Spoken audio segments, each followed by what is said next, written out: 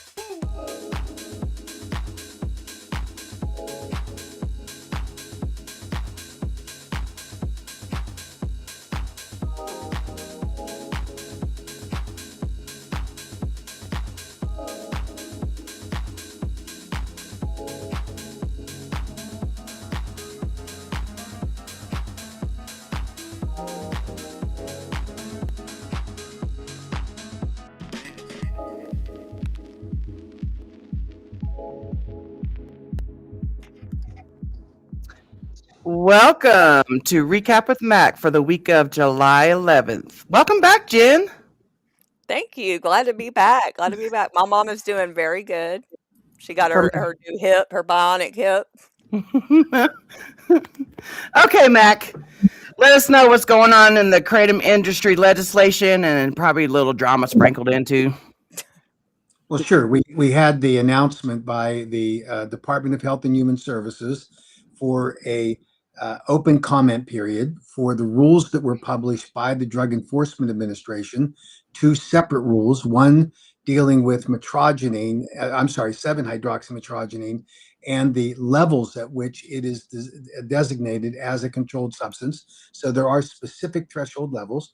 And the second deals with the components or compounds that are generated from 7-OH, metrogenine, pseudodoxal, and of course the follow-on MGM 15 and 16 products. So that was great news because it's been percolating at the DEA for quite a while. I think that the notices that were published illuminated some of the delays and the discussions that took place between HHS and DEA. That helps, obviously, for us to understand better about what they were struggling with. And it's consistent with what we had heard, that they were really looking at making sure that they had sufficient evidence that's required under the Controlled Substances Act in order to justify the scheduling. And for temporary scheduling, they have three specific criteria of the 8. That it's 4, 5, and 6, which really deal with the addiction liability and the public health threat. Because that's why it's an emergency temporary scheduling. So those rules will likely be published on 30 days from now, finalized in the Federal Register by the DEA. There is a possibility that the HHS comment period would influence a delay in the publication of the 7-OH rule at the threshold levels while they evaluate whether or not there is any kind of comment from a legitimate scientist. And I think that's an important criteria because we all know that the 7-OH people are off their gourd with misleading people doing what they did when they introduced products into the marketplace. Now they're trying to again mislead consumers about what that HHS comment period means. But I think that in 30 days, we're relatively certain that you're going to see certainly a final publication of the temporary protective order, or I'm sorry, temporary order of scheduling on the metrogenine, pseudodoxal, and the MGM 15 and 16, and within a day or two, or maybe a little longer than that, you would potentially see a delay, but you'll still see the metrogenine 7-hydroxymetrogenine levels be informed with a publication too. Anyone who thinks that this is not going to happen is they're dreaming pipe dreams, because it is. This was well developed. It has been studied extensively, and it would take some cataclysmic event for this not to schedule. And I know that the 7-OH people are saying, oh, we can replicate what happened in 2016. That is utter nonsense, because none of the elements that were present in 2016, which allowed for the successful challenge of the then FDA rule, submitted to the DEA, are present today for 7-OH. And that's the important criteria. It's about 7-OH. And then the last thing I'll say is the claims that are being made and that are spreading like wildfire, that this is going to lead to the scheduling of natural kratom leaf, is again a fear tactic being used by the 7-OH people, because again, this is a scientific process. It is not a political process. And if you look back at what happened in 2016, no one could have said it better than Dr. Giroir when he reviewed the full 8-factor analysis provided by the FDA, and he characterized it as embarrassingly poor evidence and data and a failure to consider the overall public health. I assure you that the FDA, HHS, and DA learned their lesson, and they have bolstered this thing with good science, and they know what they're doing, and they're not going to, the 7-OH community are not going to be able to use the argument that they don't have adequate science. They do. They're not going to be able to use the legislature, in this case the Congress, to write in, because we had the premise in 2016 of a plant material that had been used for centuries, that had been used in the United States safely since just after the Vietnam War. You had a long history of use, and you had the important date of October 15th of 1994, which is the threshold date in the Dietary Supplement Health and Education Act, that anything that was in commerce prior to that date was grandfathered in on the DSHEA provisions. Now that's important because there were no 7-OH products that were on the market in the form that they were created in 2021, and then the big market splash in 2023. So no one is going to be able to go to a member of Congress with a straight face and think that they can tell the lie to that member of Congress to convince them to send a letter to the DEA saying, oh, this is a natural kratom leaf product.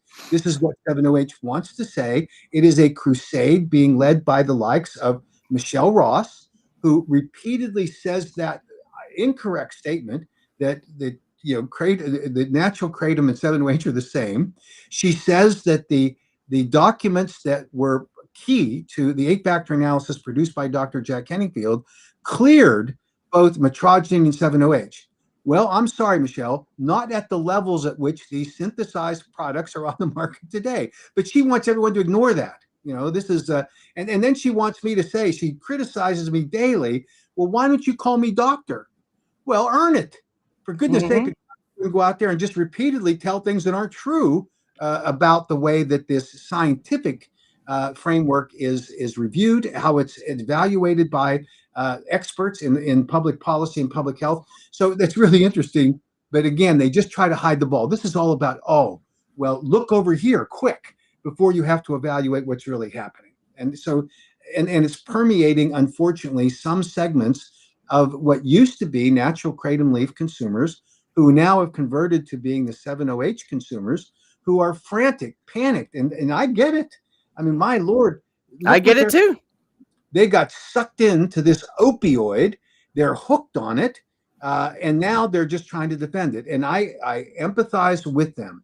But they should quit blaming the AKA for blowing the whistle on an unsafe opioid and start blaming the people that put these products in the market in the first place when they violated federal law in doing it. And they know that the enhanced chemical manipulation of these products led to the production of a street drug. And they just legitimized it by putting in fancy packages, and they shipped it out there as though it's natural kratom leaf product. They called it kratom. And yet what they know what it was. It was the same thing you're peddling on the street corner. And they just dressed it up. So they got caught. And now they're in the panic mode, and they're trying every trick they can. And it's the way to characterize a trick to deceive consumers in the 7-OH community, try to rally to do what happened in 2016 in 2026. And it's not going to happen because you don't have the predicate. And I would say the last element of what was present in 2016 that's not true today, and that is that we had as our champion Senator Orrin Hatch, who himself at the time had established himself as the leader in the Congress for dietary supplement and botanical products. He was a consumer of kratom products, and he believed in it, and he understood the benefits it provided. I don't think, now I could be wrong, I don't think there's a member of Congress today who's hooked on 7-OH as an opioid that's going to be that same champion, because there's no one that's even in the same position, has established themselves as the expert on these issues.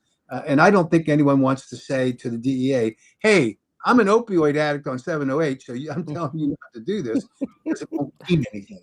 And that's the bottom line. So, lots of interesting things that are happening. And I know that it's been almost an earthquake shock to some of the advocates in the 7-OH community who have been advocates for it, thinking that it would not lead to this, that this wasn't going to happen. They were just convinced that when the announcement was made last year in July, that this was all blown over.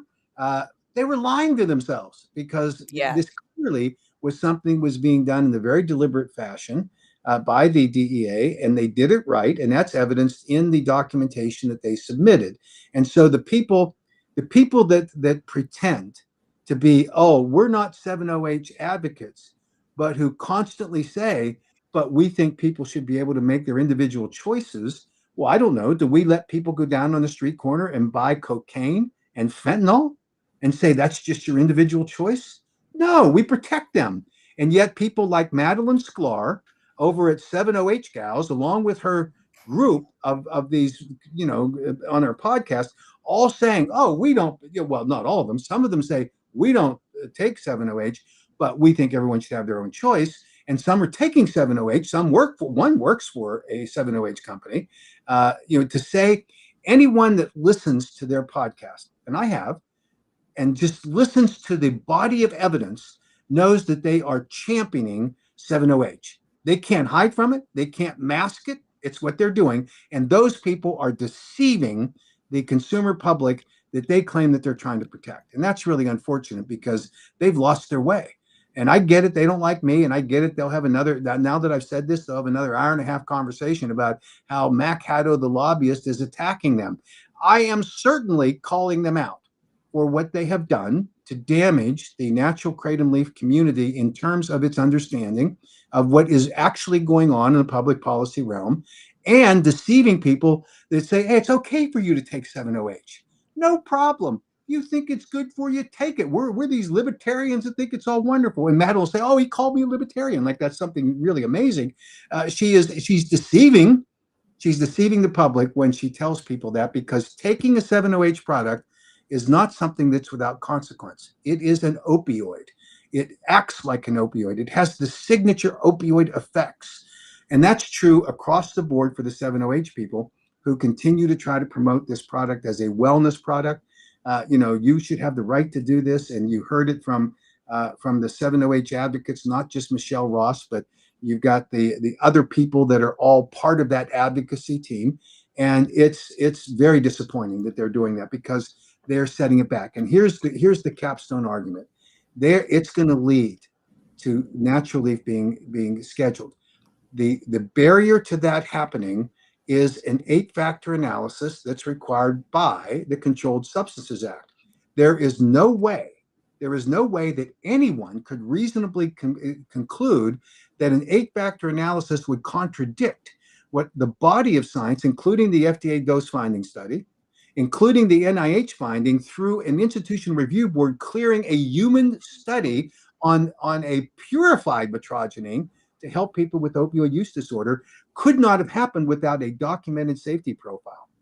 So it will never happen with the current body of evidence, which keeps growing in our favor, for there to be scheduling under the Federal Controlled Substances Act. They are making it up. They're just trying to gin up an argument to try to sow discord within the community. And I see it. I see it on Reddit, some of those comments. And here's the bottom line on that. You've got the 7-OH community out there telling people, go and sign the comment for the HHS Assistant Secretary for Health.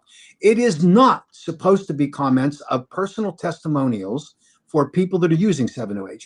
It is not a forum for them to say, I use 2 grams, or I use 30 grams, or I use 100 grams. That is not what it is supposed to do. It is a scientific inquiry as to what the safe levels are if they are higher than what the DEA scheduling requires. And that's the bottom line.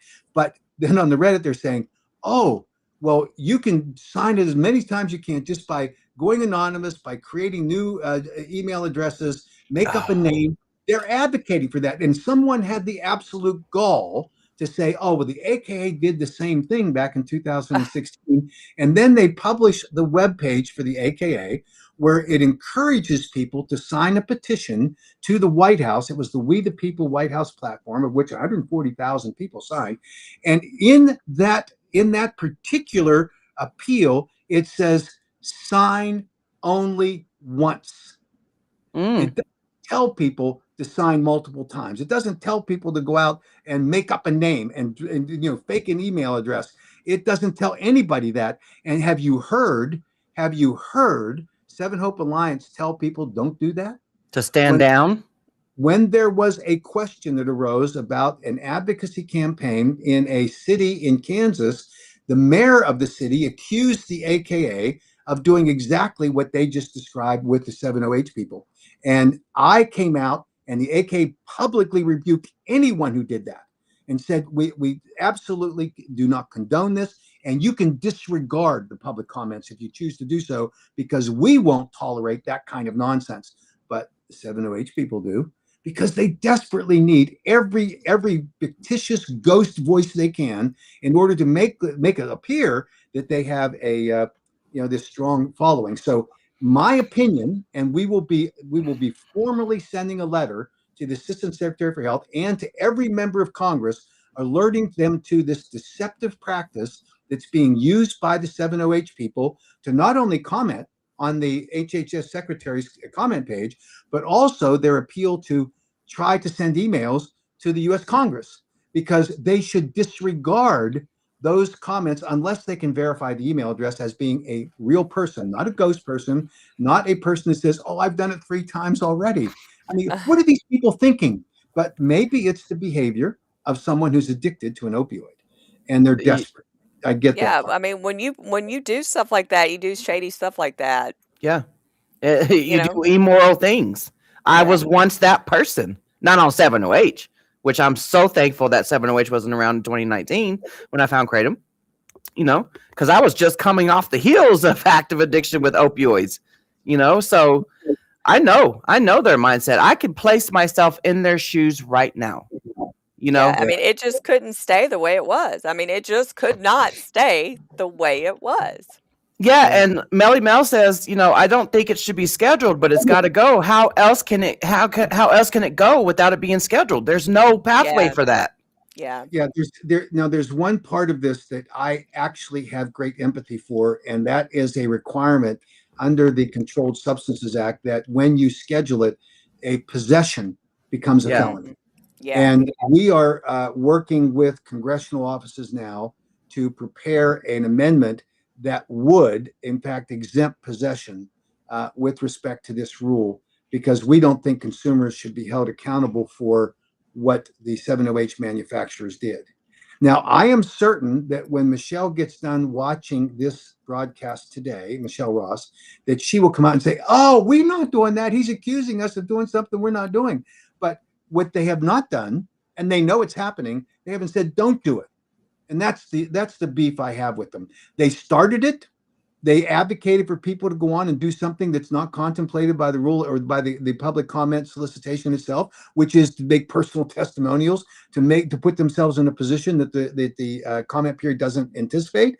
They're not experts. They're not scientists. And unless they've got something to contribute at that level, they shouldn't be commenting. But they're the ones who triggered this. And then they'll say, oh, we didn't say to them to do that. Well, you didn't say no. So. And they're still, using the scare tactics, saying that Kratom is going to be scheduled in 30 days. No, it's not. And I keep getting comments from people saying, oh, well, you think that your little leafy, green sludge is going to be safe. You got one thing coming.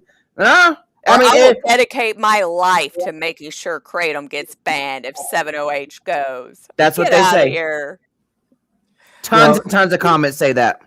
Yeah, I know. And listen, my heart goes out to them. They will find the next manipulation and tweak that the 70H community, because those manufacturers don't give a damn It's about cat's claw. they give a damn about the money they're making, and so they'll find another option. And so for those people that are that desperate, that are now into that drug addiction cycle, because that's what 70H is, they'll find another product to use. The unfortunate part of this entire scenario is all of this could have been corrected Yeah. if 70H manufacturers had met the federal standard prior to market entry, which is straightforward. You have to have a reasonable basis of safety prior to market entry, and that means under conditions of use or labeling. That's your serving size. So if they had just put in a little time, but they weren't interested in that, and you heard Vince Sanders answering a reporter's question when she said, "Is it true that you don't have any signs?" He goes, "Well, yeah, that's true, but we're relying upon the consumer experience." So you put the product out there, you treat your customers as guinea pigs, Mm-hmm. psychoactive substance, which is highly chemically manipulated into an opioid with foreseeable consequences, and you say, "We're going to see how it plays out." And then he has, I think he was he knows he was lucky that it went on as long as it did, Yeah. honestly. I think so, and I think it was all about the mighty dollar. And think about this: the DEA has now announced that there will be a temporary scheduling effective in 30 days. That's announced. Instead of taking the 30-day period for the purpose for which it was embedded in the law, which is to allow for manufacturers to shut down their manufacturing, distributors to remove the product, and for retailers to send the product back to get reimbursed. Instead of doing that, every one of the ads you see, "Hey, keep buying, load up, store up." 15% off if you show me that you commented to the Yep. yeah. Yeah, Yeah. they're offering discounts for people who show proof that they sent a comment in. Yep. Well, that, I don't mind that. I don't like it, but I don't mind it. I think that's a tactic for advocacy. There's a question about whether you're bribing someone, but I know that people in the natural kratom leaf consumer community did something that was interesting, which I thought was very effective. Back in 2016, there were retailers that would remember we didn't have access to QR codes and the real sophisticated platforms we have today. They put black covers over their kratom products, and when the customers came to the cash register, they said, "You should sign up to oppose the scheduling recommendation." So I thought that was an interesting tactic, and to my belief is that that's almost fair. I don't mind that part of it. They want to bribe. But no, listen, Mac. There is not an inquiry for personal testimonies. They're just, it's for scientific inquiry, right? So why are you offering a discount code to submit your personal testimony? Well, no, I agree with that because it's not intended for that. If that includes them commenting in an email to their member of Congress or senator, that's fine with me. Let them do it. But don't do it where you're replicating them falsely so that it inflates your numbers. Don't do that. Yeah. Let it be a person. Let it be someone who actually has skin in the game, actually is concerned about this issue. And I don't mind them having their voice. And I don't mind the criticism that comes with all this if it's legitimate. But tell me, am I going to believe anything I read anymore from anyone on Facebook or on Reddit and thinking that's not a fake person? Because they're doing this. And the people sitting in the command center at the 70H community aren't saying anything about it because what? It benefits them. And I think it would have been ethical. It would have been important to say, we need integrity in this process. Now, I hope after we've criticized them, and we're going to make it loud and clear to both the secretary at HHS and to members of Congress that this is a farce. And they'll come out and say, "Oh, you guys shouldn't do that." Well, I hope they do that, but I think the cat's out of the bag right now, right? Because everybody now knows that's the way to do it, and they're going to fake it. How could anyone rely without going through an expensive verification process? Because that's what they would have to do to say that's really a valid signature. Now, it's like cleansing the voter rolls. Are we going to get to the point that you're going to have to show your license to make a comment? I mean, this kind of behavior forces everybody into thinking about how we're going to do that kind of thing. This cat's out of the bag thing has been the entire process from beginning to almost end. Yeah. Well, the cat's out of the bag. Let's openly, let's try to regulate it after the fact, after we done created a whole population of addicts. It's Well, like they hadn't even tried to regulate it though, they Miss have all not. they've done is increase the dosage and increase the names. yeah. So what 708 should do is to hire Robin Graham, and she could describe how many people are really for their particular issue. She answered, and I've forgotten the names of the people. They're very nice people from New Hampshire that just moved to Florida that are in the kratom business. Sarah and Dan.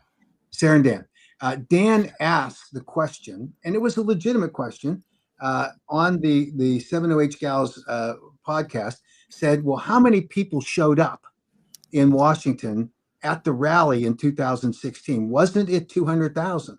Now, Robin Graham sat there with a straight face and said, actually, it was 200,000. What was she on 70H? What is she talking about? Now, what it does, it diminished the advocacy of a passionate group of kratom advocates that were a couple of hundred. You can't be off that far without it being deliberate or you being completely dumb. I don't know what the answer is to that, but she never corrected it. And I tried to get on. Now, I am banned on the 70H Gals podcast. I tried to make comments last week, and I've got the screenshot of it. Madeline Sklar removed me from the comments. Well, you're not the only one. Yeah, apparently super fun quiz time. He said he didn't criticize anyone, just criticizing 70H. So yeah, so the 70H Gals that are not for 70H remove anybody who contradicts their 70H narrative, and now you've got a cabal of people that think that this is the way that you handle public policy discussions. You censor people. Dean Francis has done it. He's removed me from any of the LinkedIn accounts. I mean, if you can have a robust and legitimate discussion and you can disagree, but when you can't play the game in terms of being able to rationally debate some issue and you think that the solution is, we'll just eliminate them. So when he deleted me from his account, all of my comments on every one of his posts went away, and he literally thought, well, that's the end of Mac. Oh, I'm sorry, he doesn't know me. I saw your post about that. I did. What is he thinking? And then you followed up with the "Where's Waldo" post. Where's Dean? Right. And I'm like, which way did he go, George? Which way did he go? Well, I think what happened here, and I don't know for certain. I think what happened, he saw that I was getting very close to being able to authenticate the 911 call, and I have done that. He is afraid that that's going to become very public across all of these platforms, and he thinks by blocking me and eliminating all that discussion, it won't be as relevant. He's wrong, because he's made this a cause celeb, and the 911 call is relevant only to this extent. Obviously, it's horrible that he's suffering through this particular experience with his son, but it was in December of 2025 when he put down the smack on us and said my son was addicted to natural leaf kratom products. It had nothing to do with extracts or chemically enhanced products. It was, meaning in the past. And then while in the middle of his crusade with the Virginia legislature, where he had his son testify and say, this was natural leaf kratom products, and I'm clean. I'm clean. Then in April, I think it was April 1st, he has a 911 call where he's pleading for help with his son who had just come into his home, had drunk a fifth of whiskey. He claims in the 911 call he found other bottles, meaning he had drunk more than a fifth of whiskey. It appeared in a short proximity to when he was coming in, that his behavior was threatening and he was hallucinating, that he bumped his mother.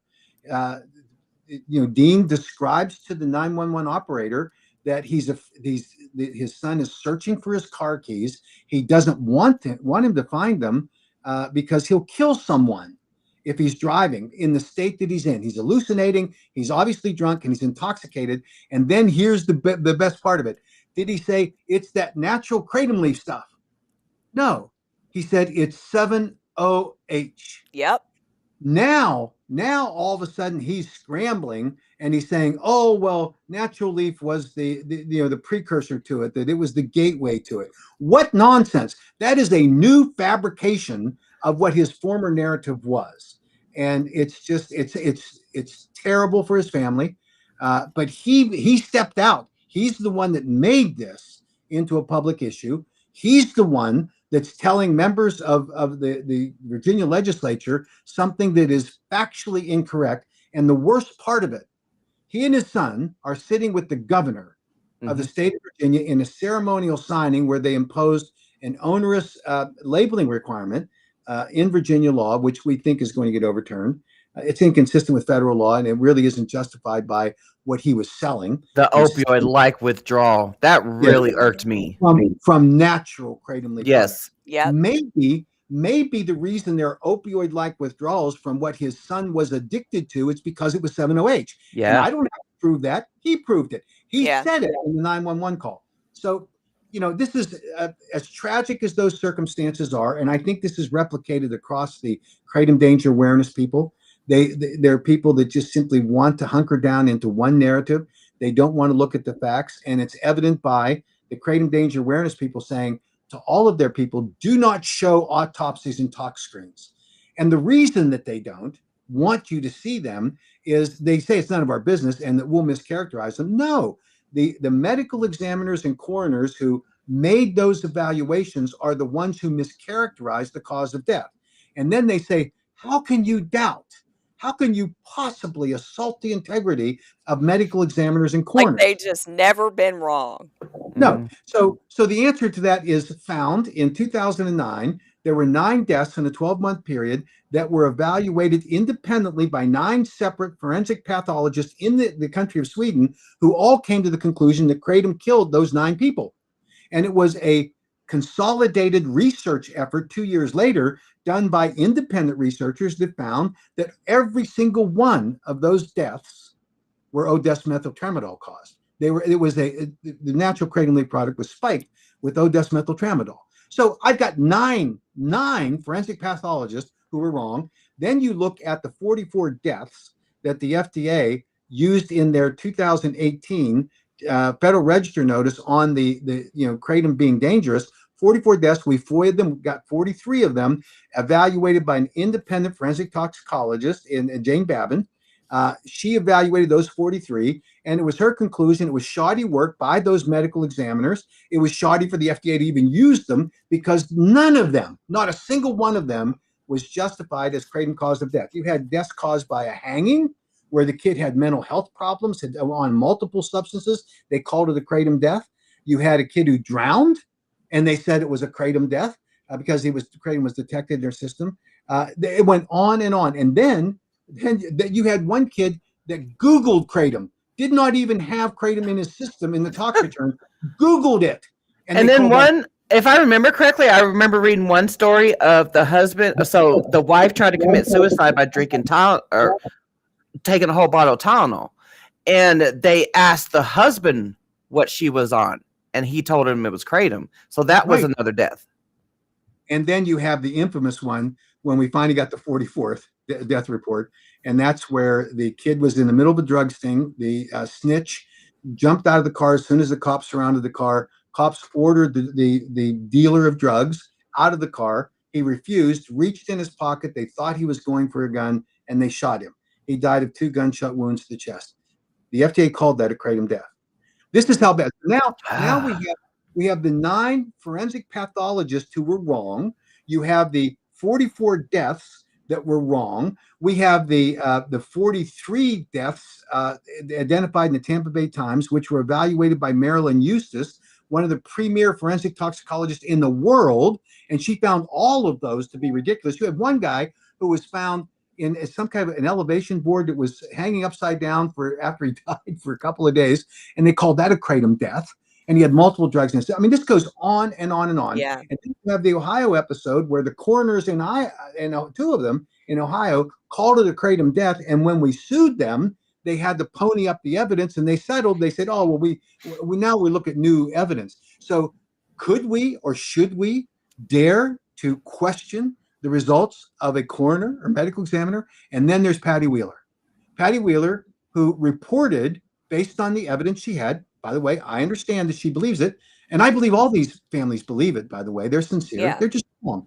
Patty Wheeler reports to the investigators for the medical examiner that her son was consuming massive amounts of metrogenine prior to his death, and so the coroner or the medical examiner, I think in Texas it's called, they called it a kratom death. And when the tox screen came back, kratom was detected along with, I think, 10 other substances. 10 others. Kratom was not at a level that was detectable or quantifiable. Yeah. It just positive. Now, how does that reconcile with the claim that her son had ingested massive amounts of metrogenine? So you can see that there are mistakes made. Now, should there be a better evaluations? Absolutely. The CDC report, when they look in 2019, when they reported the 91 deaths that were, kratom related, and of which 7 were kratom only, the CDC report said we need better post-mortem investigation protocols that are standardized, because you get these medical examiners and coroners, the saints, according to the KDA, they're just not doing it right. And so the CDC offered it, and then they cited the New England Journal of Medicine report by a group of scientists in Colorado that looked at 15 kratom deaths in a certain time period. And they found that of those 15, 4 were reported to be kratom only. And so they asked for the blood samples, of which there were 3 left. The 1 sample was unavailable. They tested those 3, and they found them to be polydrug use, just using a better piece of equipment than most coroners would not have. So now you've got, how dare you question a coroner or medical examiner? And some of them only have a high school diploma. For coroners, they're not required to have a medical examiner.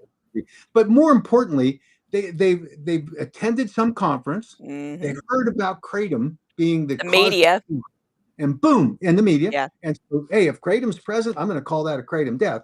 Now, I think they're moving away from that more, but not all. And so there needs to be better accountability. So I don't question the belief that a family member has. And I know they get all wound up on this, and they say how terrible Matt Caddo, and the fact that the AK held a congressional briefing where we disclosed all of these families.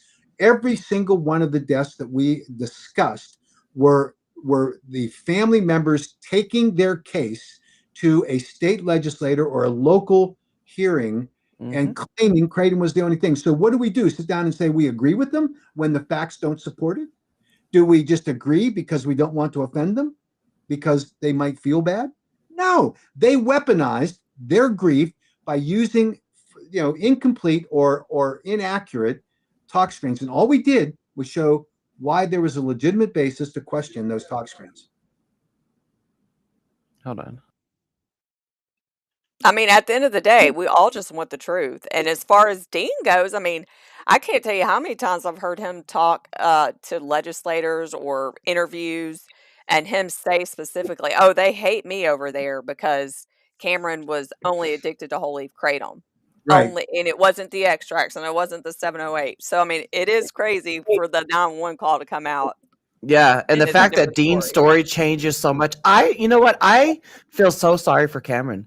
I truly do. Like, I can just see and picture what he's going through with his daddy Dean, and it's like, Dean is the problem. Like, you see this throughout life. There are narcissistic parents out here. Yes. And poor Cameron has got to be the black sheep of the family. Got to ruin Dean Francis's reputation because he went and did drugs, or drank alcohol. It's like, I feel so bad for Cameron. He's a victim of being caught in this whole mess. I mean, and the problem at least in my opinion, is that whole experience isn't complete. Yeah. And why he yanked his son in the middle of what he just wanted to find a convenient blaming mechanism is just unconscionable to me. But you see it in other places too. We've got we've got our good friend in Georgia, who is the chairman of the Blue Ribbon Commission on Kratom exposures for youth. And he's now announced his second hearing, which I understand he is willing to let me testify. Wouldn't let me do it at the first. And that's going to take place on the 21st of August down in his hometown where he represents. So that'll be an interesting time, because when I ask him about how he accounts for, and he has multiple behaviors that are bizarre, but I ask him how he accounts for the big impetus for Kratom youth exposures. What evidence is there that there is this They huge... didn't even go over that during the Blue Ribbon. No, because and he said, well, there was the problem up there at the school with the middle schoolers, right? And I said, oh, well, let's call in those emergency room doctors, because you had 5 kids that were taken to the hospital, 4 by ambulance from the school, 1 by a parent who heard about it. They show up in the emergency room. Each one had a separate ER doctor. Every single one of them, according to an email that we FOIA'd from the school administrator, where there was a confirmation by those doctors that they all agreed it was Kratom. And the sheriff opened up a criminal investigation, because in the state of Georgia, it is illegal to sell a Kratom product to a minor. All of this is transpiring, right? I said, hey, let's get him down here. Let's get the sheriff. Let's find out what he found. Why did he close his investigation? Of course, he did for a specific reason. And let's get these emergency room doctors. Well, I don't have any authority on those people. And of course, we all know, and I keep this handy all the time, that's what made these kids sick. You eat, particularly young kids, if you eat a large volume of sugar in a short period of time, you're going to experience nausea, dizziness. You'll feel like you're going to pass out. You may even pass out. Young kids, they say they can. This comes from the Mayo Clinic, by the way, and it was Candy Dots. And when they collected the material, sent it, and we asked the sheriff to do this, and he did, sent it to the University of Florida, Chris McCurdy's lab, and they looked at it, and they came back and said they tested for 160 some drugs. There were no drugs present. There were dots, candy dots. And but the headlines sure didn't go correct that. I mean, the headlines we saw were Kratom found in middle schoolers overdosed on Kratom gummies or something like that, and they did not go and correct that at all. No. Tracy says Cameron now claims Kratom started his substance abuse disorder. Oh, right. He started drinking. He started drinking to combat the withdrawal from Kratom. No, that's not the series of events that I've investigated. No. He started taking Kratom so that he didn't drink alcohol at the college frat parties. And then he started mixing Kratom with alcohol because he found that combination worked really good on him. Yeah, there's a lot of previous statements that aren't comporting with the facts now, and the stories are changing. Yeah. And again, there's a victim here. That this is something that should have been sorted out in private. Yeah. It's a family matter. It should not be made public. And yet now you are on the national stage because you've got Dean Francis up on Capitol Hill misleading members of Congress with this story that's false. And so now we have to respond. And it's unbelievable. And remember, now we all have to remember that we don't have the benefit of God's whispering in our ear the way Dean Francis does. Oh, I forgot about that. He said to me, I don't understand it, but God has given me this intuition, and so I am rarely wrong. I mean, what the hell is he talking about? But he believes it. Maybe he was on 7OH. I don't know about that. I think it may be a deeper mental health issue. I don't know. I mean, this is why. Why do you even say things like that? Even if you think them, why would you say it out loud? Except that there's a level of narcissism that's just hard to comprehend. I don't understand it. This is what I'm saying. I've seen it throughout my lifetime. And it's like you can break up with a family member. Cameron needs to get away from his dad. If Cameron wants to thrive and survive in life, get away from your dad. I am telling you this right now. I'm proof. Yeah. I didn't get away from my dad, but I have a family member that I cut off. I cut that family tree branch off. I'm like, that's it. No more. Yeah, Hell sometimes no. you gotta do that. Sometimes, we can't pick and choose our family, who our family is, but sometimes it's best to walk away. I don't know how to advise on this, but I've got Yeah. a grandson who's 4 years old, and he loves Batman. And he has a little Batman outfit that he likes to wear frequently. And when he's doing it, he'll come up to me and say, "Poppy," he said, "I'm Batman," And every time he says it now, I sing Dean Francis. I'm the champion of grace. I just can't. All he needs is a little outfit. I mean, this is like wacko. Well, now he needs his Where's Waldo outfit on. Okay, so because he's ghosted me now, and I just had to say something about it. Yeah, because we the advocacy wise though, we have had one hell of a week. I have been accused multiple times by multiple different people that I am paid by the AKA to advocate. Someone rudely said it to me in a hearing. And then the 708ers come crawling into my TikTok comments to accuse me of that. Then I get it on Reddit. I am not paid by the AKA. 708ers, we're AKA shills that just get paid by the AKA. Get out of here. It's like, oh, well, there's no way. Because you know what? I brag about this. Jen and I and Dr. Heidi and, Laura, all these other advocates, we have attended at least 300 hearings since July of last year when the first announcement came out about DEA scheduling, 708. We have attended at least 300 hearings. Someone on Reddit thought that the AKA is flying me to all these hearings.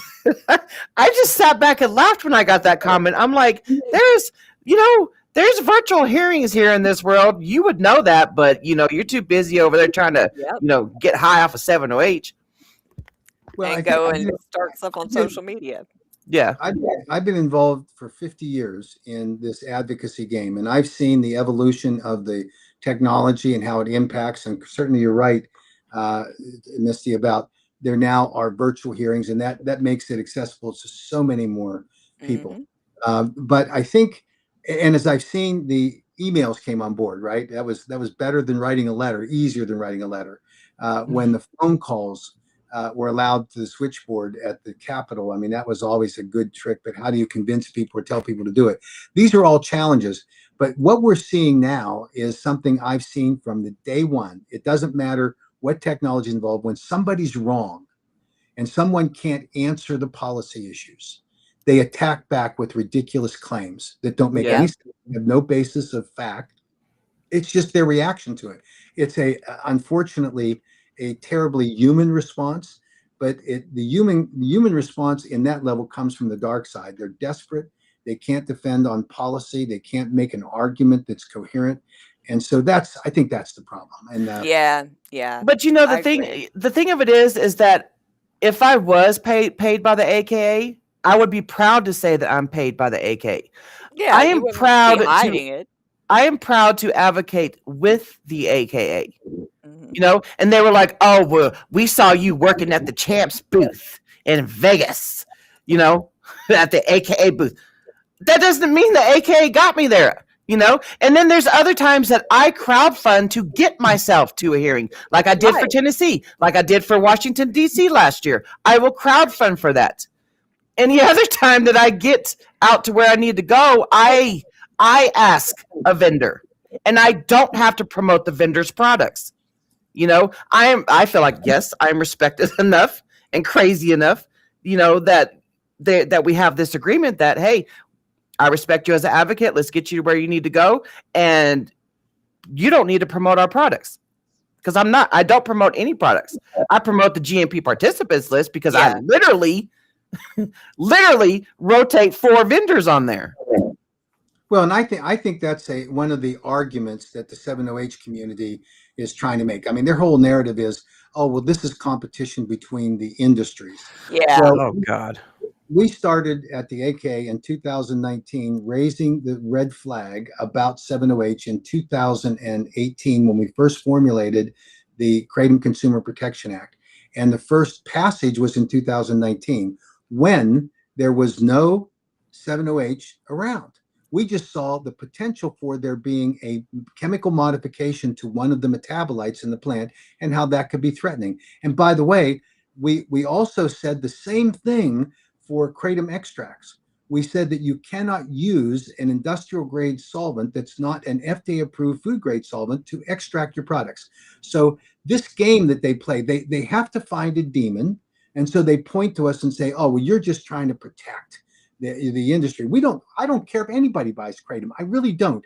If they find it's useful for them, they should have the freedom to buy properly formulated, safely formulated, correctly labeled, and age-restricted products. It's that simple. And guess what? But then the 7-OH gals could tell you the same thing about 7-OH.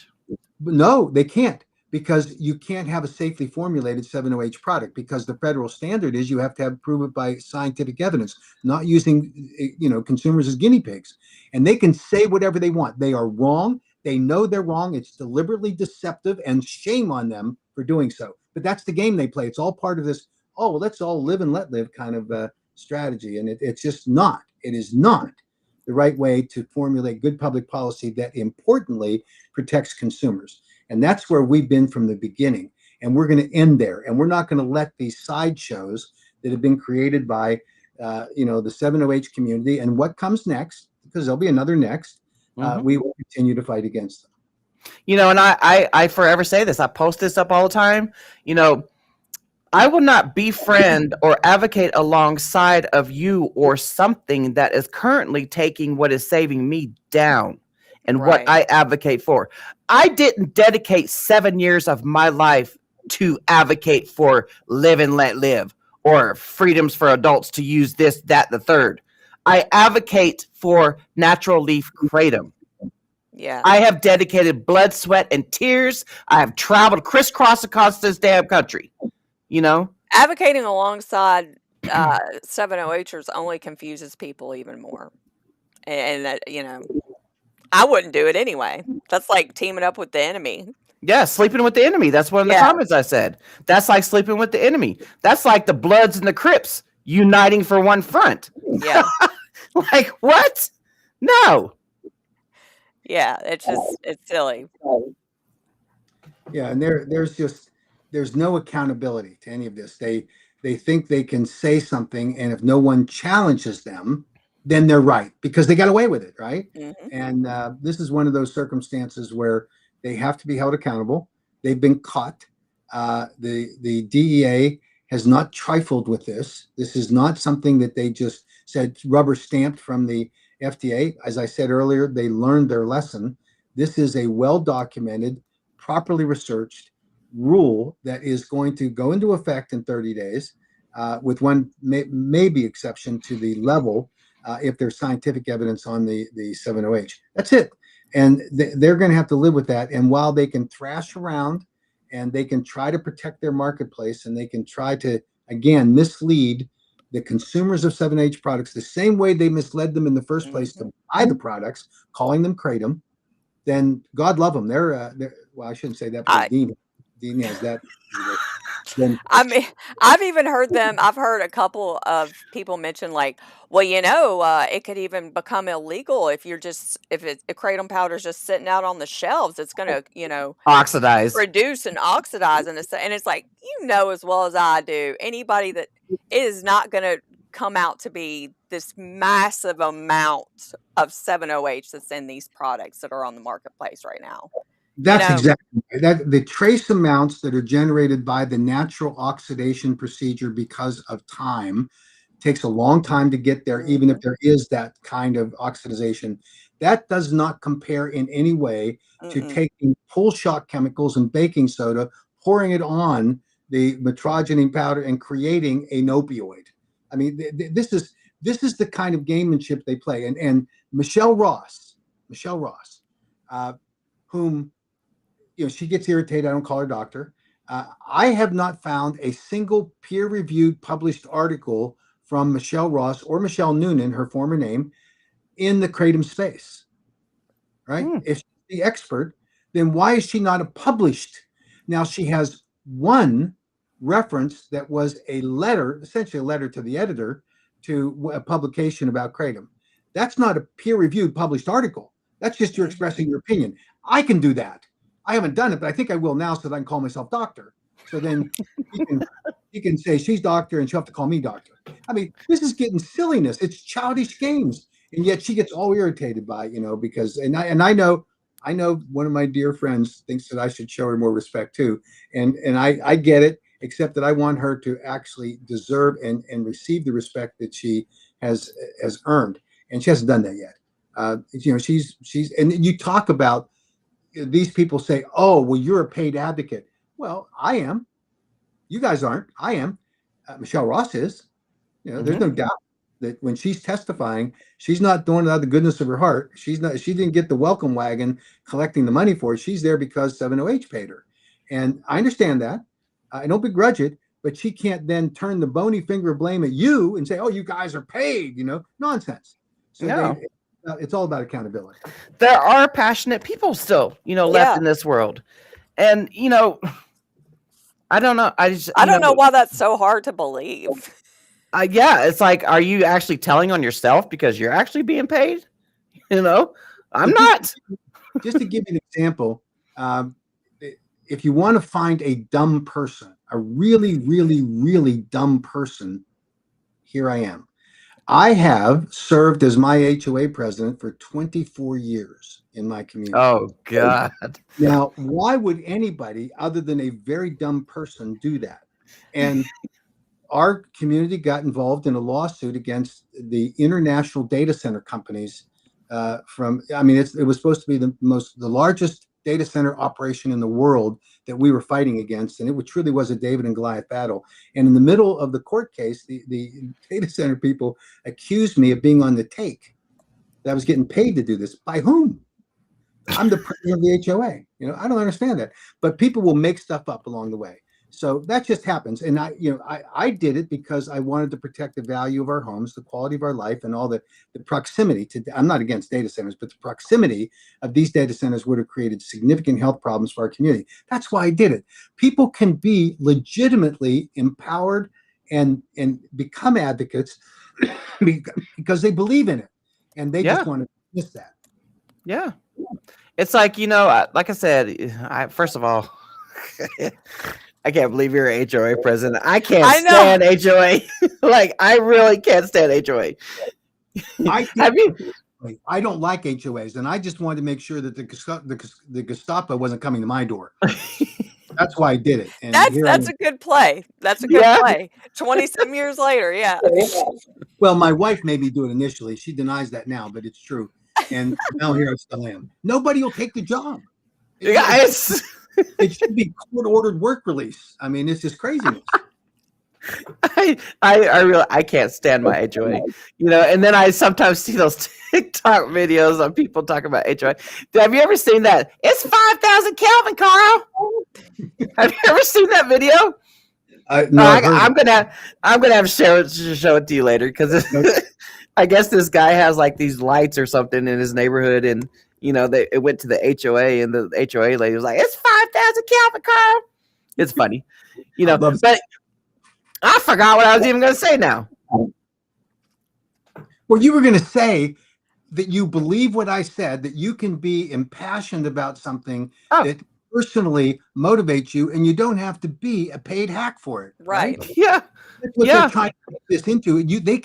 They cannot understand that you would actually believe in something that helped you in your life. Mm-hmm. They think you have to be a paid person. And that's unfortunate because it dismisses the value of every voice that really steps up and fights for something they believe in.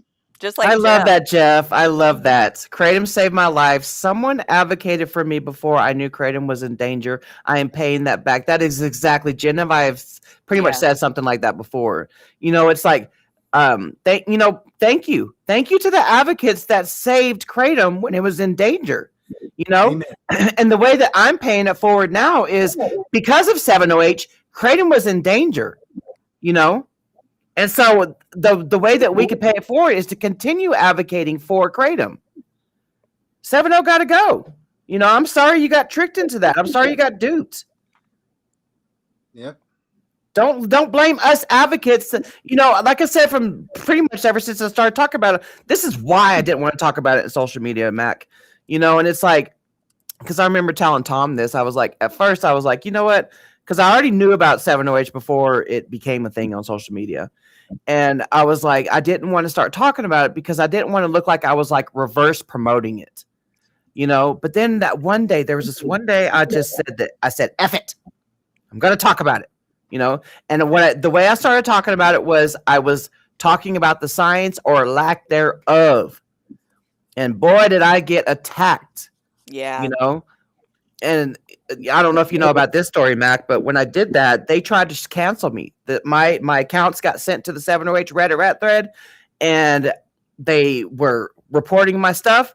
They were joking about getting me swatted, and this was one time when I was at the what was it last year? In February of last year. Yeah. I was on my way to Champs. I was on the plane on my way to Champs, and right before the plane took off, I couldn't, you know, because you get in the air and there's no Wi-Fi.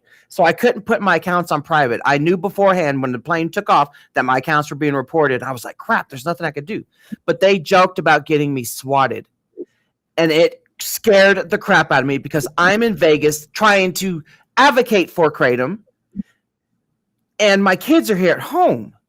And I'm like, I'm thinking any second now the SWAT team's going to show up at my house. Those horrible news stories of people that's getting pranked by getting swatted, and someone gets killed. Yeah.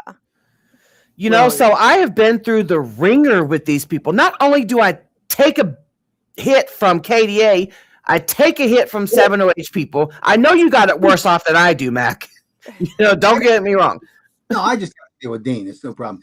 Now, you probably given him some advice how he can swat me or he can cancel me more than he's already done. So, well, that right there could be more, you know, I don't even know the words I'm trying to say. That could be more for your, you could use that for more for your advocacy. Like you would want to believe, like tell that to the governor of Virginia, you know, if he wants to swat you, you want to take, you know, testimony from this guy. Well, I of course I was kidding, but I think the issue here is that if you come to the public stage, you have to do with some basis of credibility, and you have to be accountable for what you say, and that's the difference.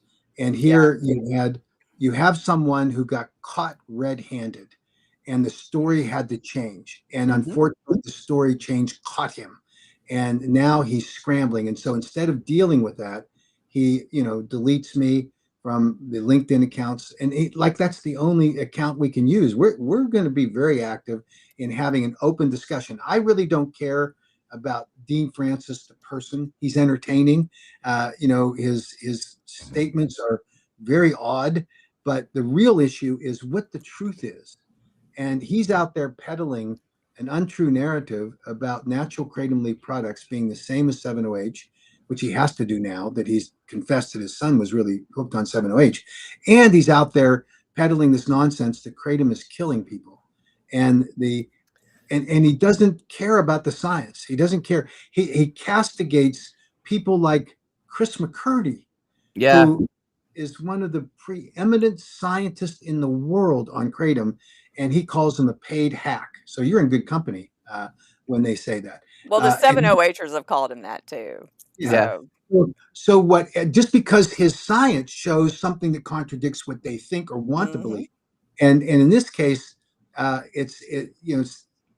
you get someone like Dean Francis, who I think is like the classic, schoolyard bully, that he gets his way and he doesn't know what to do when someone fights back. And I think he's encountered a situation that's unusual to him, and he didn't know what to do with it. And so he's finally just shut down. I mean, I saw him come a little unhinged when he, in his rant back to me on one of the posts, he said, okay, I'll confess, Mac. Just saying ridiculously stupid things, but it showed he was unhinged. And I'm thinking, what triggered this? I don't know.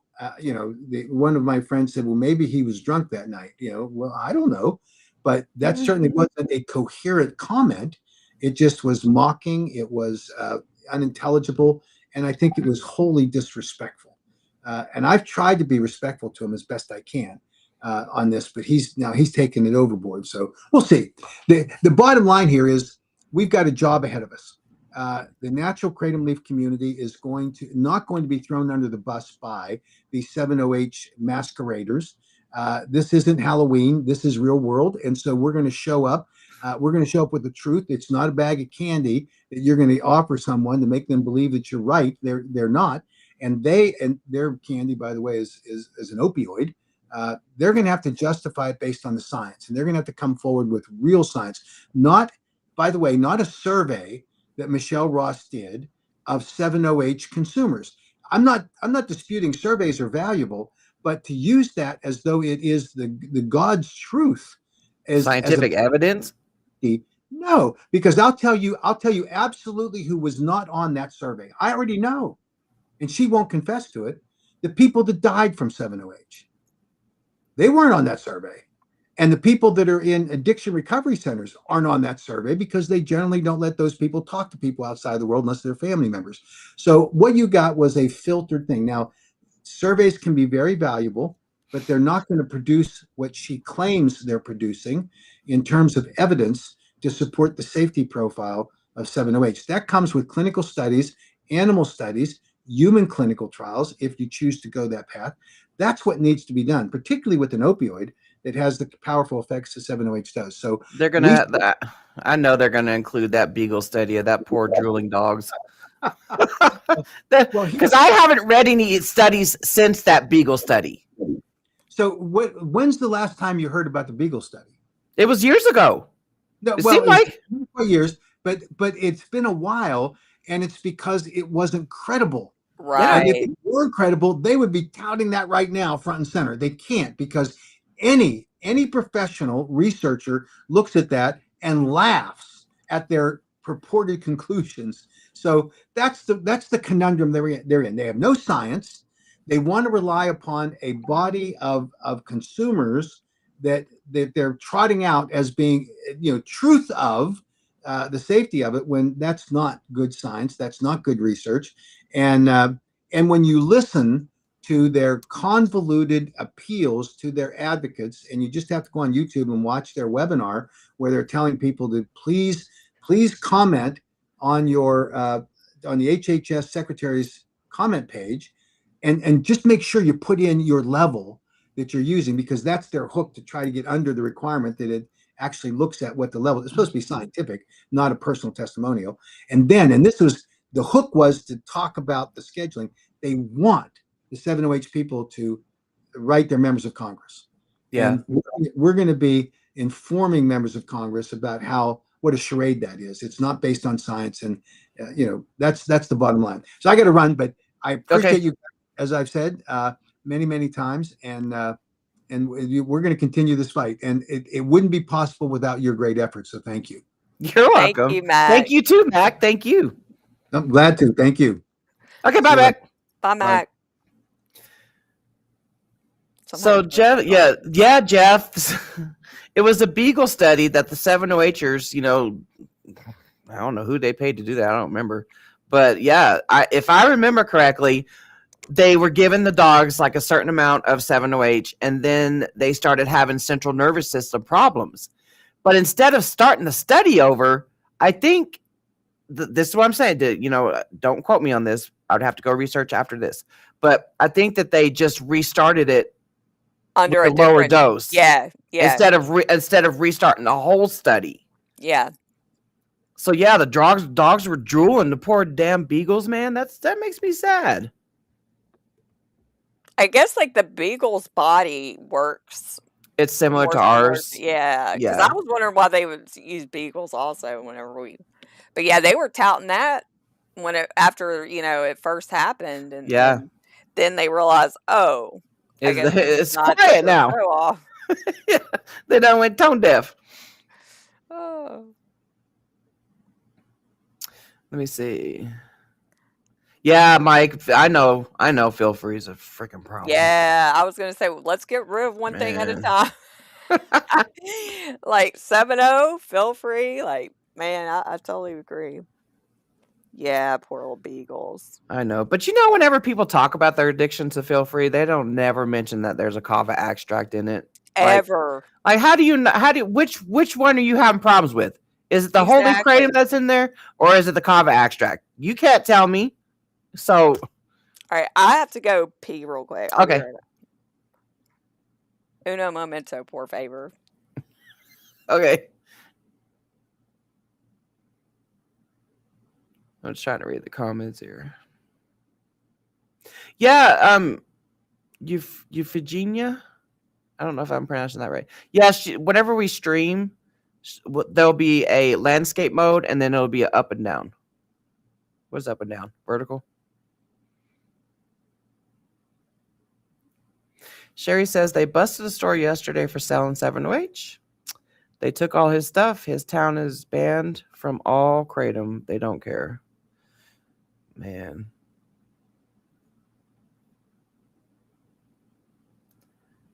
A lot of these people, they don't care if they get busted. They really don't, because they're over there making tens of thousands a week.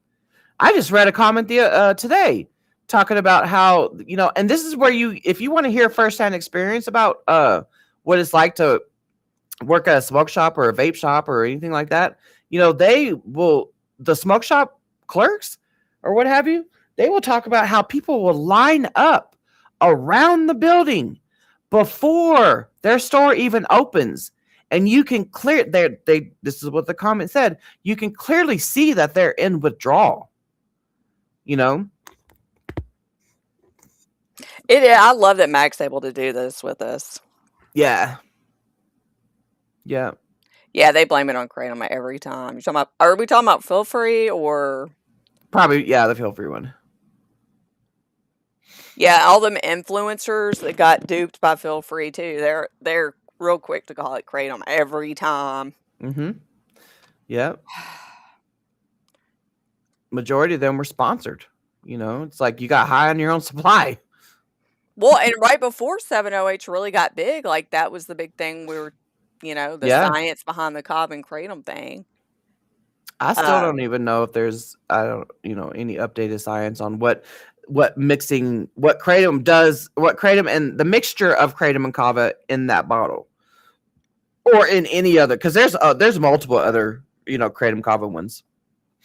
For me, I freaking love kava. I love kratom tea. Yeah, I do too. But going to Tennessee, which I crowdfunded for, by the way, for any of you haters that want to watch this shit, talk about AKA pays for me to get to these hearings. No, they don't. Anyway, when we went to Tennessee to go to that hearing, which we didn't get to testify because all of a sudden, the adjourn hammer comes down, meeting adjourned. We went to the kava bar afterwards, and it was just kava. Having natural kava like that by itself, it was so cool. It was such an experience. There was no head high. It was just more like a relaxing type situation. Hey, I had to drive all the way back to Memphis. Yeah, and you did in the storms, freaking storms. Yeah. So I'm just saying, but it was cool to get to hang out with you and Jordan and have that Deborah. Kava, yeah, that kava experience. Dave. Deborah wasn't there. Oh well, Deborah was at the hearing. She didn't come. Kava place? Oh no, that was Kel's. Well, that was when you weren't there. Me and Deborah, the other one. Yeah, the other hearing. Okay, yeah, she was at the second one. Yes, Wula. It is such an experience. Maybe Jeff, do you plan on going to DC? I didn't even look to see if I didn't look when we were in DC if they have kava bars there, but that would be so cool for all of us to go to one.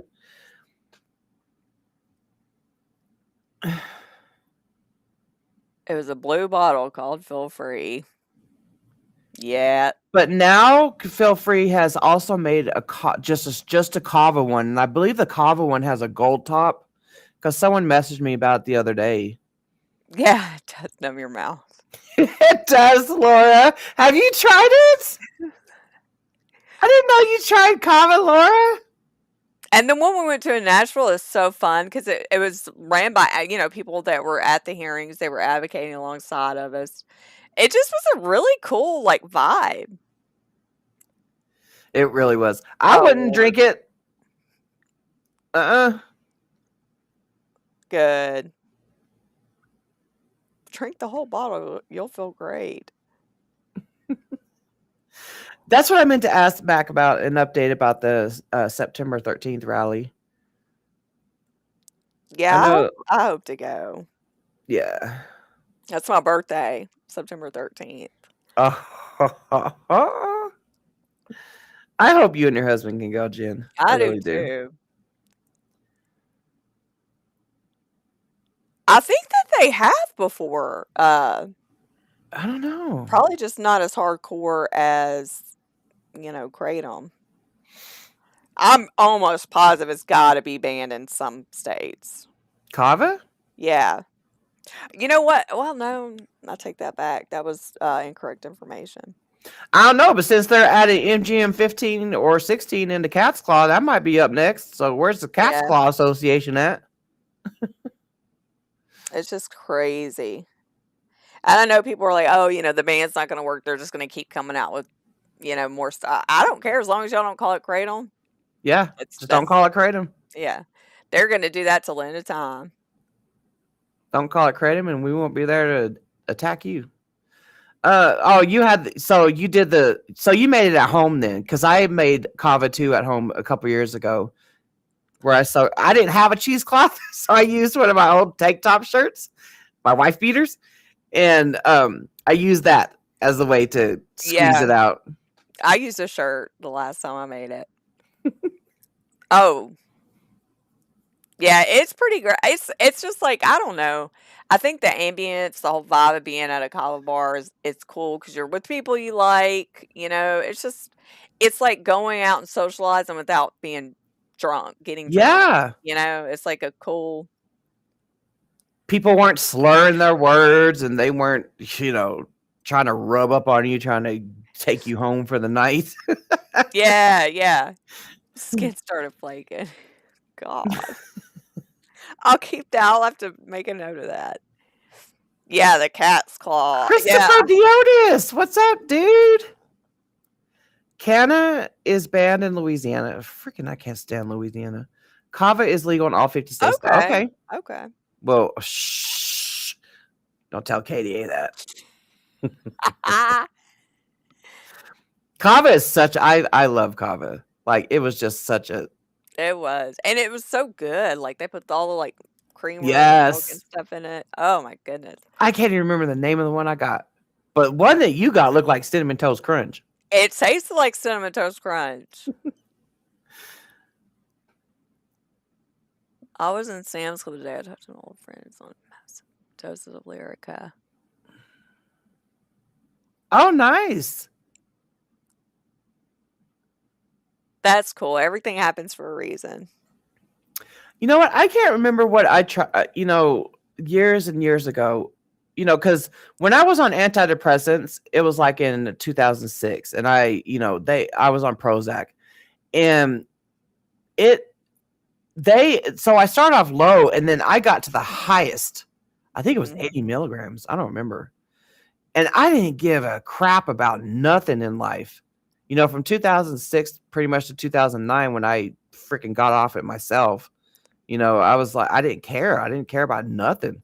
There was like major life events that happened and I just sat back like, I don't care. Yeah. I don't care. I just got fired from the post office. I don't care. It's like it's like I didn't have any want to win at anything in life. Yeah. And then came my active addiction. But Lyrica, anyway, get back to Lyrica. I think I tried Lyrica. I'm pretty sure that's one of the ones that I tried. And if I remember, I'm pretty sure it was Lyrica. I don't know. But I remember feeling like zaps. Like zaps going through my... with, I think it was Wellbutrin I got that with. No, I don't remember. I'll try to light it. I won't, different kinds. Yeah, me too. And I remember it was horrible. That was the worst because it's like you couldn't do anything to stop them. Yeah, it was like little zaps going through my Yeah, body or and I feeling told like little my spiders crawling up. yeah, I told my therapist, and she's like, "Oh, well, never. I've never heard of that." And then my neurologist is like, "Oh, yeah, that's called brain zaps. That means you probably shouldn't be taking that medication." And I'm like, "Well, at least somebody knows about it." I only took it a couple days and just got off because I was like, good Yeah. God. I was like, there's no way I could do that. But Uh, here I am, which people want to talk shit on me about. I use kratom for my depression. yeah. It's my anti-depression. Effexor. That's the one. Oh, Effexor. I was obviously the generic. I can't remember what that one was called. Yeah, Effexor did that to me. if it's working for you, Melly Mel, do it. It's like I'm just telling you my experience. Like it just felt. I was like, "Good, what in the world is happening?" Well, I mean, it does say she gained 48 pounds. But yeah, you know what? That's my thing too. Like, because I was on gabapentin for 6 years. I think I was taking 3,600 milligrams a day. It was like 800 milligrams 4 times a day. And dude, I still have memory issues from that. Like, there's parts of during that time, like I don't even remember. Like, my brother will say something like, "Dude, I don't remember that. Like, I don't remember that. It's scary, And so if something works for someone, I say take that.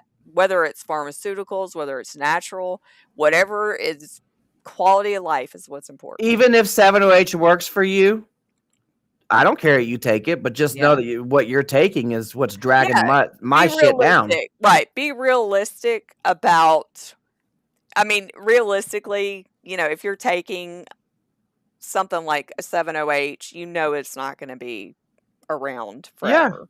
I mean, yeah. realistically. I mean, it's silly to be in, denial. Maybe you're in denial. I don't know. Maybe it's because a lot of people were able to save kratom. I don't know, but the safety is not there. Yeah. It's just, I don't know. Yeah, Jeff. I went through like so many different kinds. I even had like a blood test to see, like, I guess what DNA. I don't know. I just said, this ain't even worth it. Check this out. Yeah, that Man. a lot of those what is it, SSRIs? I Mhm. almost said SSDI. Those SSRIs though, man, I tell you what, those aren't very fun to come off of either.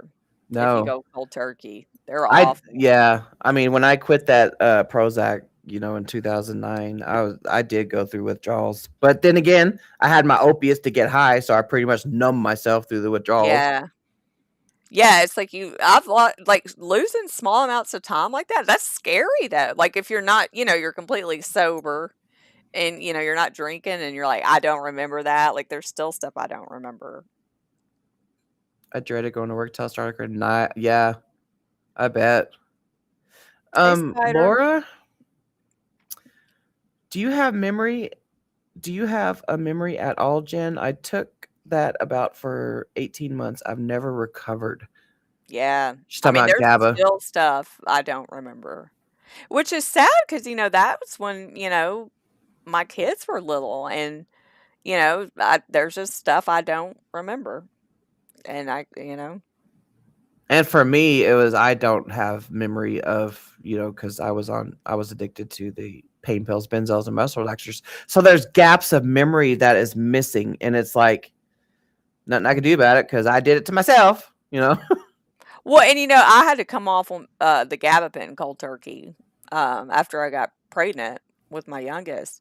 Dude, that was one of the. I'd have to say those are the worst withdrawals ever. I don't even remember. I don't even think I slept for like Man, 8 months because I was coming off everything. But that one was. Oh, that was awful. And when I went back to the pain clinic, that's the first thing they wanted to put me back on. I said, nope, not doing that. Yeah, I say that too. But everything same does bunny. happen for a reason. Like I feel like I appreciate it more because I found it after going through hell. Yeah, I mean, if Oh Zoloft and kratom works for you, just based on what we've seen on the deaths, don't mix Benadryl with it. Yeah. I'm not a doctor, but based on our advocacy, it's the combination of an antidepressant, kratom, and Benadryl. Yeah, I mean everybody's different. And that's what I'm saying. Like, that's why I cannot stand, the anti-kratom crowd acting like we can just go find something. It's like, why can't we just take it's safe? Why can't we take this? This is what I be saying too, my TikTok commenters. It's like, especially my July 4th video that went stupid viral. Oh my God. It's crazy viral. This is so true. Misty is my my God. I know. She's such my memory too. We all work together as a team. So what I can't remember, you remember. What you can't remember, I remember. Yeah. So yeah, we work as one. But yeah, so that July 4th video that has over, I think it's like 320,000 views now. So the comments on there, it's like, if my comebacks would be, if I went to the doctors and I was taking medications, would you be applauding me right now? Right. Yeah. It's like, I choose to take a leaf that helps me with my chronic pain, anxiety, and depression. It's like, 2 years. So you found your spiders found their, what do you call it? Recipe. Oh, okay. It helps. Everybody has a recipe that goes with their body chemistry. Yeah. Why do people pick on us because we choose kratom instead of the other crap? Yeah. It's pushed by doctors. I'm not going to diss whatever you take from the doctors. I choose to not go to the doctors for my ailments because I had already went that route. I closed that door. I closed that chapter of my life. Yeah, the comments. Dude, I know you see him, Melly Mel. I know. You be over there helping. I love that. God, it's crazy. Some days on social media, it's like you almost lose faith in humanity. How are we ever going to survive any longer if people say the stuff they say? It just doesn't make sense. Man, especially the 708ers. I am walking away from a whole bunch. I know it's going to get worse, y'all. When August gets around, hell's going to, the doors are going to break wide open. Yeah. It's leading up to that, and like I said, I've been where they are at now. When I got fired from my chronic pain management in April 2019, I freaked out, but I already had drug dealers on the line anyway. I was a drug dealer and already associated with drug dealers. So I was, but back then it was still oxys, so I was doing that. And then, graduated, went to the streets and did cocaine, and then I started doing immoral things to get more cocaine, Tracy. Can you please make a video of all the times Dean said it was just natural leaf kratom and then finish it with no? Oh God. And yes, Spider, I agree. Suboxone is terrible. I mean, it rots people's teeth. I feel so bad for all the people that have got duped too. Got duped, got duped into butte. I can't say it. Duped into butte. There you go. Duped into butte. That's Claudia's tagline. I love that. Oh my goodness. Oh yeah, they're gonna try to clear out their inventory, and if they can't clear it out, I mean, if they can't clear it out, then they're gonna sell it under the table. We already know how that shit gonna go down. Yeah, I've already seen stuff like comments about that. Mm-hmm. Which I don't agree with possession. No. But I think anybody that sells that shit, should get, So however the American Kratom Association could do to work that to where, they can get at least possession out of the language, yay, yes, do it. Let's do it. I will advocate for that. I will not advocate for 7OH. You can miss me with that bullshit. Yeah, I think it blows my mind how people get put on Suboxone or methadone to come off of. Kratom. Yeah, just like uh instead of just being kind of uncomfortable for a few days. Yeah. It's like, okay, now you're just gonna be going through months and months, I years. always say that's you shooting a squirrel with an elephant gun when you do that. Like, how dare these doctors do that to people? Yeah, the SR-17018, I think it is. It's a research chemical. Yes, it is. Yeah, and supposedly people have been saying it resets your receptors, and I'm not really completely sure exactly how. I know that it's, I guess it gives your receptors a break or something so that they can, or hypothetically, that's what it is supposed to do. Yeah. But my thing is, and supposedly there's no euphoria at all with it. But my thing is, people using that to increase their dosage later on, Yeah. and something bad happening that way, or not knowing how to take it because there's no dosage Mm-hmm. recommendations or anything, and it's messing with your opioid receptors. Like, that can't be a good thing, and I think it's a full blown, like, it's a full attaching agonist to your opioid receptor. So it's like, I think it's even a dual. So you're saying that it's like people are using it to reset their receptors and then they go Yeah, back to using again. right. And then, Yeah, kind they of go like what back to people do. using. Some people do with Suboxone. They'll Right. divert their subs, so they'll not take any for like 2 or 3 days, and then they take it again, and they feel that initial high. Yeah, I don't think that they should be prosecuted right now, but I mean, if they keep selling it after the fact, Yeah, I mean, they keep selling it after a warning. Yeah, get yeah, prosecuted because that means you're only caring about the money. Well, they already only care about the money anyway. They yeah. don't care about the user at If all. they're still selling it at this point, yeah. Because I mean, I've a lot of smoke shop owners that me and Missy have talked to have said they they saw what it did, Yeah, and they refused to keep selling it at their store. yeah. And so, yeah, I mean, I've heard a lot of good things about it, but I don't know enough. First of all, I don't know enough about it You to know what? say if it's good or bad. I have mixed feelings Yeah, I about do it. too. I do too. I But mean, you know what? The good things that people have told me about it, dropping their coupon codes off in my TikTok comments. exactly. Yeah, Like, it's what the? people. Get the Yeah, hell out of here! it's people that have monetary gain from it in some way. Yeah, I agree. Yeah, and that's what I'm saying. Like, they're selling it on TikTok. You see it all over the place. And I get it. Like, if I was trapped and I thought, and it's expensive too. Like, it's no, oh, let me buy a little bit. I don't know. It's expensive. So for people to make monetary gain and say how well it helped them, I just don't know how much I believe that. Yeah, same. I just don't know. Because And it's a like lot all of this. them are like the ones that keep going back to 708. Yes, yes, The whole, yes. oh, Don't name I'm drop. in relapse, Yeah, yeah. relapse.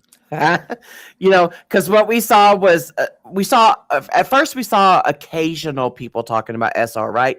And then we saw an influx of creators that were promoting it because they have a coupon code, and it's like, we know what happened there.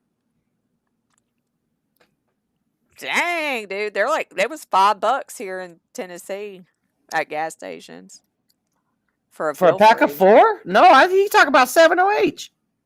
Oh, I'm sorry. A pack of 7. Gotcha. Yeah.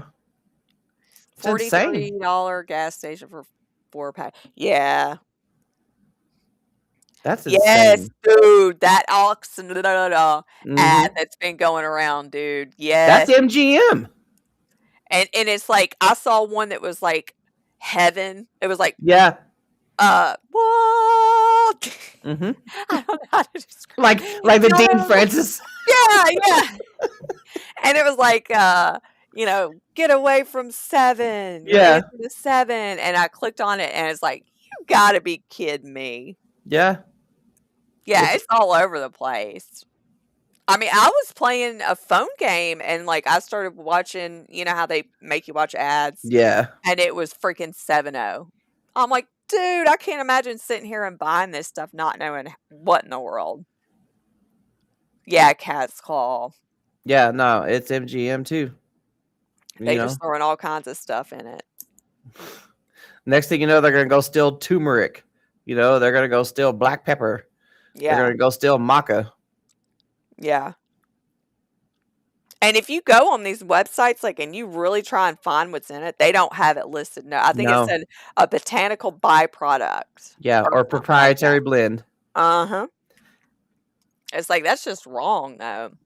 Yeah, the new products that are hitting the smoke shops is claimed to be Cat's Claw, but it's MGM 15 or 16. I don't remember Yeah, and I mean, I've which heard ugly of that stepsister. Aquama or whatever, but I hadn't seen that yet. I've just heard about it. I haven't seen it. So I'm sure that's coming. But again, as long as they don't call it Kratom. Yeah, Tracy, that right there is where the money's talking. The money is talking. That's insane to me. That's what I was talking about to somebody here in Tennessee, and they were like, well, maybe if it's at a gas stations and stuff, there won't be as many issues, you know, with the ban. And I'm like, yeah. But I don't know. That's the other thing where I'm mixed feelings Yeah. on as well, because my journey didn't start at a gas station, but it started at a smoke shop. You know. Yeah. But I can see somebody who's suffering from like illicit fentanyl, you know, going through withdrawal or something like that, and they hobble into the gas Yeah. station, you know, to go get some cigs or some energy drinks or something to try to help with the withdrawals. And they happen to glance over there and see the kratom sitting there. You know, Yeah. I could just see that starting someone's pathway to recovery, even if they're not, you know, not trying to find, you know, right then Maybe and if they're there. just trying to stave off withdrawals for right now. or Yeah, something for like right that. now. Yeah. But you know, the initial consumption of it would plant that seed, you know, Right.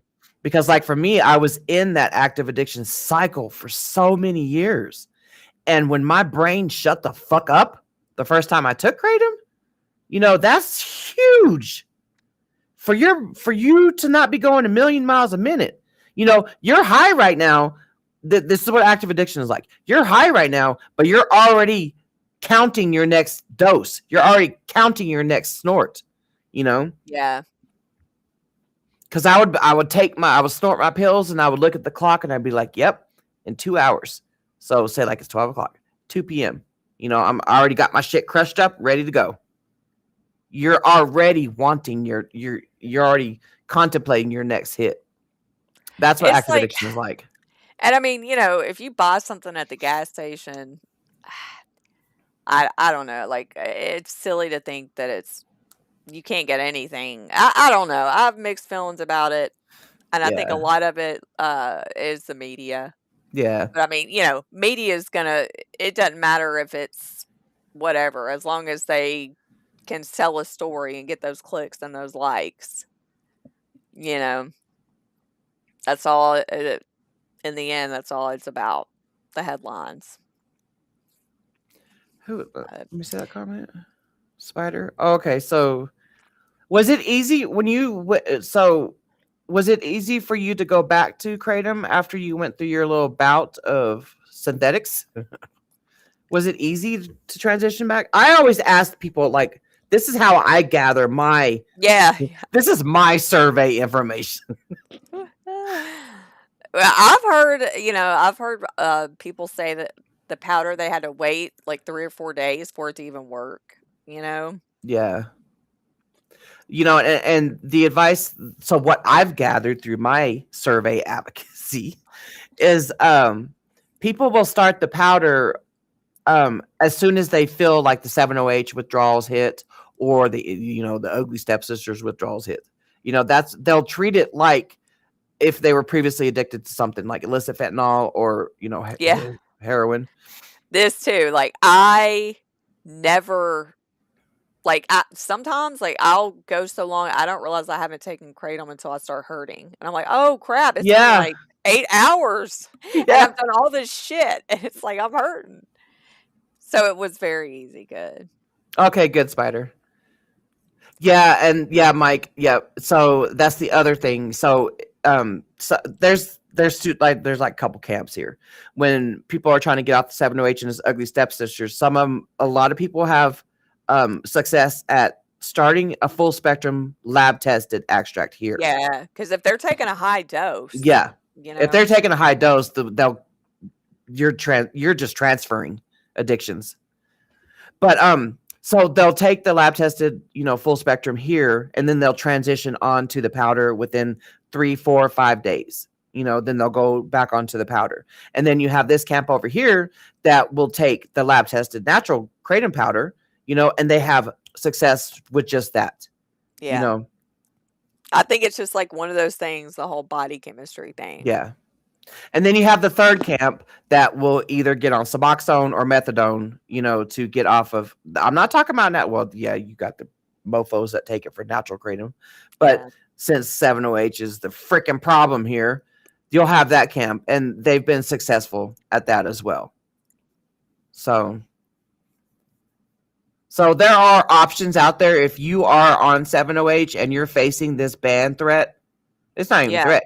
If you're facing this done deal of the ban, there are options out here. So you do not. I can't stand reading those comments about, they're just going to go back to the streets. No, there's options here. And I mean, I get it. Like, I know that, in a lot of people's minds, they're doing essentially an opioid that's not going to, quote, in their mind, not kill them. Yeah. Because they refuse to believe that it causes respiratory depression. But, there's options. Yeah. But if you're constantly searching for that, there's another comment I got today, and it's like, the leaf isn't going to be enough for the feeling. And I'm thinking that's the point. The point of kratom is what you don't feel. You're pain is free, you're anxiety free, you're depression free, there's no more calling cravings going on. They're afraid to be physically dependent on something that helps them.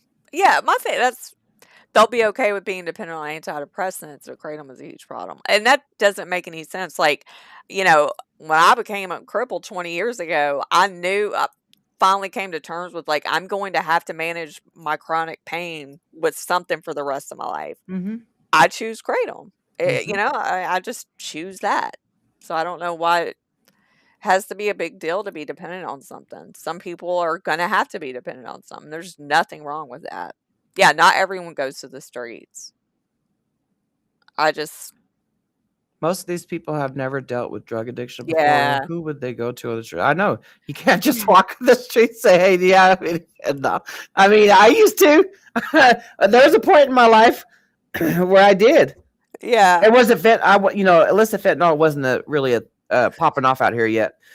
I'm telling you, I did some immoral shit, y'all. Hey, man, you got any fetty? I would walk up to random strangers like every city has like their whole Skid Row type shit, right? Yeah. And I even took my ass down there and was just walking the path and was like, "Hey, you got any pills? You know anybody that's got any pills?" Usually, no. They be looking for people coming to kind of scope it out. Yeah. You know what I mean? It's insane the stuff I did. Insane. Or the ones who, I can't stand that, Bunny. Dude, I cannot stand somebody be like, what's the problem? Just smoke some weed. Well, first of all, that does not work for everybody. It does not work for me for pain at all, period. Like, and plus, dude, I don't like smoking weed. It makes me feel horrible. I just start thinking about life and death and just stupid stuff. But it's like, why can I not just not do that? It's like it works for you, but it doesn't for me. When I was in active addiction, I would use weed as my in-betweener. It did not help with my chronic pain at all, but it helped me get high enough to where I forgot that I was even going through withdrawals, And then after I found kratom, I was still smoking weed. I still believe in both plants. It's both plants is why I'm alive today. But then I feel like it was a couple years ago. I fried my endocannabinoid system by doing those dabs, which is just like 7OH is frying people's brains right now. I fried my endocannabinoid system doing wax and dabs and all that stuff.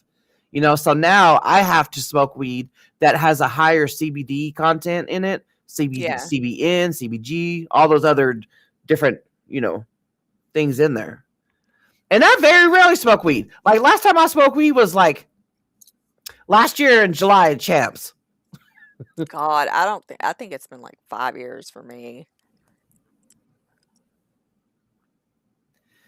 Yeah, I mean, even if it didn't, like, there's still influencers that talk about that shit from like fucking 5 years ago. They're still bringing it up because they know it gets views. Yeah.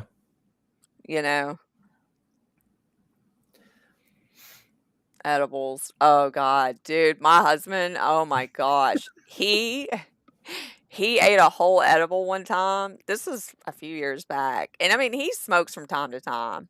It doesn't really bother him, but dude, it hit him hard. He thought he was having a heart attack.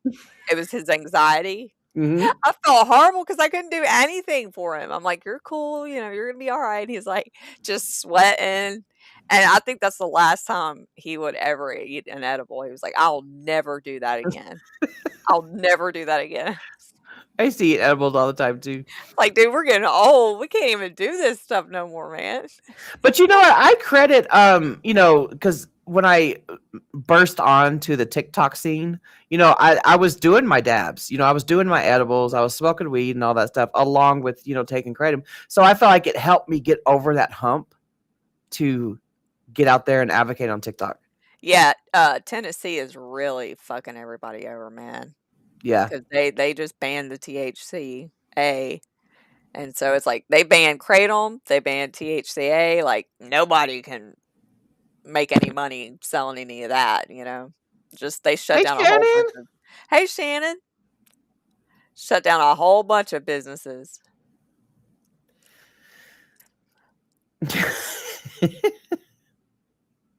Yeah.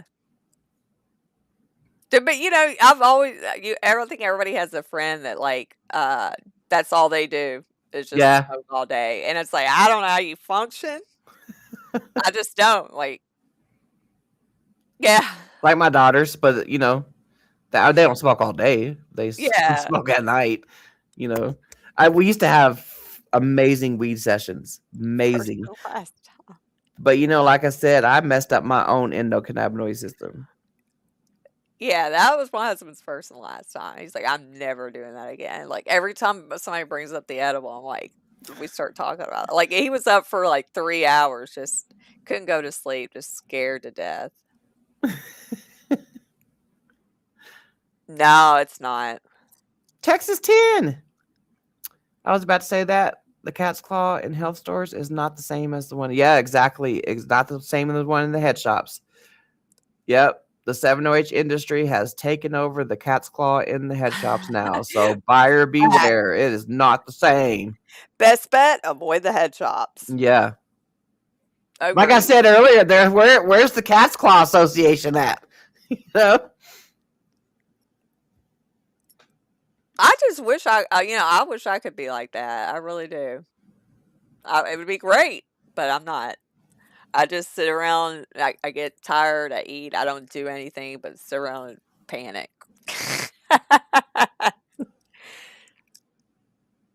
Maybe I always tell my husband, like, well, maybe one day, when we're old and all our kids are grown up, we don't have any responsibilities. Maybe by that time, Tennessee will wake up. Y'all can make like those grandmas on YouTube that smoke weed. Yeah. You can make some video. Husband and wife, empty nesters, smoking some dank. Yeah, I've taken cat's claw in the past. I actually think I have some, because it's supposed to help with anxiety and stuff. But, that's just like what they did to kratom. Mm-hmm. They're coming in and molesting the molecule. Yeah. I don't even know how exactly they're doing it with cat's claw. I don't know if cat's claw is just slapped on the label. I don't know if it's actual cat's claw that's in it and they added the ugly stepsister inside. I don't know. Or they're just making a potent extract. Who knows? I don't know. I ain't about to fuck around and find out. Shoot, I ain't either. Ain't no way. All right. Well, I guess we're gonna get off of here, and if if my little brother watches this, happy birthday, Eugene. I love you. Happy birthday, Eugene. I hope you have a wonderful day. I know he skims through it sometimes. I meant Does to he? say it in the beginning, and I totally forgot. So Oh. hopefully you're watching this part of it.